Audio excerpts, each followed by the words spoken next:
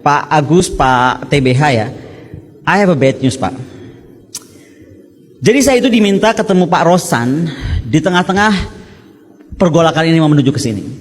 Pak Rosan minta saya gabung di 02. Saya sampaikan Pak Rosan, kenapa saya mesti gabung 02? Saya ini akademisi, saya ada di mana-mana. Toh saya bantu Pak Prabowo minta apa nih untuk bikin roadmap pertahanan kalau jadi presiden. Saya di tim itu Pak. Oke. Lalu dia bilang nggak bisa, harusnya Mbak Kolin lebih clear, pakai baju biru muda masuk. Saya bilang, sebentar sebelum saya bilang apa dulu, saya mau tanya, emang Pak Prabowo ini bakal jadi presiden berapa lama? Ini nyampaikan Pak Rosan loh, duta besar kita mantan di Amerika. Jadi rencananya 2 tahun, 3 tahun berikutnya diikuti oleh Gibran. Saya langsung bangun, sebentar Pak Rosan. Jadi akan 2 tahun, lalu langsung diganti oleh Gibran. Pertanyaan gue bodoh aja nih. Lu yakin Prabowo dibiarkan hidup oleh Jokowi 2 tahun? Kalau saya jadi Gibran atau jadi Pak Jokowi, saya matiin besok. Loh, betul gak sih? Kalau dia bisa mengkhianati Ibu Megawati Soekarno Putri dengan segala perjuangan yang menjadikan dia ada di istana sampai 2 kali, ada jadi gubernur Jakarta, ada jadi wali kota, apa bedanya dia bisa bunuh Pak Prabowo di tengah jalan? Makanya statement saya kan jadi kuat bahwa Pak Prabowo itu digunakan, bahwa Gibran itu memberatkan. Itu kan bahasa-bahasa saya, dan saya of course saya bilang sama Pak Rosan, saya nggak mungkin ada di sana. Demikian. Dan terus terang aja saya mohon maaf Pak Rudi, saya tuh undang wartawan sebenarnya datang tadi karena saya lihat harusnya nanti semua di doorstop oleh wartawan banyak, jadi bisa dinyatakan. Karena gimana ya Prof ya, kita yang jadi orang kampus aja udah jadi bingung. Ini gimana ya? Karena bukan saja kita tuh dianggap partisan, tapi buzzer-buzzer bermain. Hoax dibuat hanya untuk menjatuhkan kredibilitas orang gitu. Ada yang tidak masuk akal. Ini barusan sambil ngomong kenapa saya WA, mohon maaf bukan nggak sopan. Pada Dasko WA saya langsung. Karena sedang khawatir. Pak Ken sudah tahu hari ini ada berita besar Pak.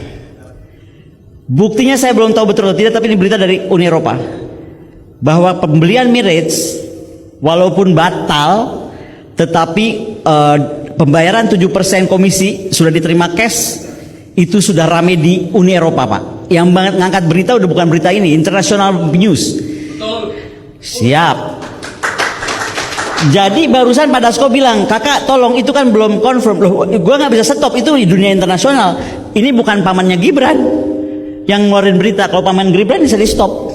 Nah, jadi memang sudah kacau dunia ini. Nah, tapi saya bilang, saya terus percaya, saya tuh muridnya Pak Ken dan saya selalu diajari Pak Ken untuk tegak lurus dan jalan pada jalan yang benar. Karena ketika kita dihujat, kita diintimidasi, kalau kita tetap yakin, pasti akan Tuhan menunjukkan jalan dengan caranya. Pasti nggak ada yang tahu seorang Konira Kurnia Bakri bisa diintimidasi kan Pak Ken? Oh saya mesti cerita, ini mohon maaf, ini bukan curhat. Saya sudah di warning, jangan ganggu Gibran. Siapa yang? Orang terdekatnya 08. Jangan ganggu Gibran. Kalau itu sudah di warning begitu? Oh udah. Jangan ganggu Gibran. Jangan. Tapi ganggu Prabowo boleh. Entar dulu. Bukan. Kalimat berikutnya yang seksi. Kalimat berikutnya yang seksi. Karena kalau Jokowi sebagai orang Solo punya keris sepanjang sejengkal, Gibran kerisnya 2 jengkal. Saya sampai kaget loh, 3 kali diulang. Wah, saya bilang ini pasti ada sesuatu gitu. Makanya menurut saya ya saya sih cuma siapkan mental aja. Berarti kan ancaman itu mengikuti apa yang saya ucapkan. Apalagi ketika di istana saya menyatakan kalau Pak Mahfud mundur, harusnya Pak Jokowi berjiwa ksatria untuk juga turun dari jabatan presiden. Jadi menurut saya kita nggak usah berpanjang-panjang. 3 hari sebelum Pilpres ini, mungkin kalau nggak mau dicuti, ya memang harus dimakzulkan. Mau diapain lagi? Saya ingin menyampaikan pada teman-teman yang di luar ruangan ini, yang masih punya rasa takut. Takutlah melihat bangsa ini hancur, ya, ketimbang takut dengan sekelompok orang yang melakukan berbagai teror, ancaman, ya, intimidasi. Kalau saya diintimidasi, saya diteror, semakin marah. Dan saya semakin galak kalau saya diteror. Apalagi diancam. Diteror aja gue galak, apalagi kalau diancam begini, siapa lu? Kan gitu. Itulah mungkin yang bisa saya tambah. Justru dalam forum ini, mudah-mudahan nanti kalau diekspos oleh media, bisa dibaca oleh Kapolri, kalau berita ini tidak benar supaya dikonter, diluruskan. Tapi kalau berita ini benar, mbok ya malu gitu loh. Dan ditarik ini perintah ini. Berita apa, Mas? Ya, ini sudah beredar, ada penekanan Kapolri kepada Dirbinmas seluruh Indonesia. Yang pertama, ini di semua grup WhatsApp udah beredar ini ya. Bahwa saya mau dipanggil besok oleh Barreskrim, saya siap. Jam berapa, di mana, saya akan siap ya. Satu, kerahkan fungsi Binmas Polri sebagai instrumen pemenang pemilu. Dua, door-to-door system oleh Babin Kamtibmas tidak dapat digunakan lagi karena modus sudah diketahui masyarakat. Tiga, kerahkan para dai Kamtibmas untuk memanfaatkan sarana ibadah sebagai wadah pengelolaan dan pemastian suara untuk paslon 2 dalam tempo 2 minggu ke depan. Ini dari ada lagi, oke. Yang keempat, mengontrol para dai Kamtibmas dengan menyediakan masing-masing satu perangkat HP baru dengan nomor SIM card luar negeri dan modem mobile internet.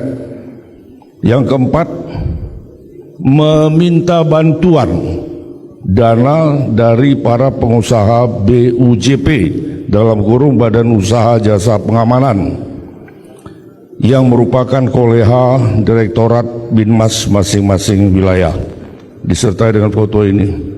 Kalau memang ini hoax, saya minta Kapolri memberikan klarifikasi, ya, karena siapa tahu pertemuannya tidak, tapi ada perintah melalui tangan-tangan yang lain, tangan-tangan kotor tentunya. Dan ini bisa saya pertanggungjawabkan karena saya memperoleh ini di banyak grup WhatsApp. Jadi bukan saya yang ngarang gitu. Tapi kalau saya mau dipanggil oleh Barreskrim Polri atau oleh Kapolri, saya siap. Terima kasih. Oke. Untuk tetap menjaga kesetiaan kepada bangsa ini. Tadi ketika Pak Yos membacakan poin Kapolri entah benar entah salah itu, saya teringat beberapa hari yang lalu ini saya selalu dihubungi bintang 1, bintang 2 polisi. Saya tuh jarang ngajar di polisi, Pak, karena saya ngajarnya di Sesko kan.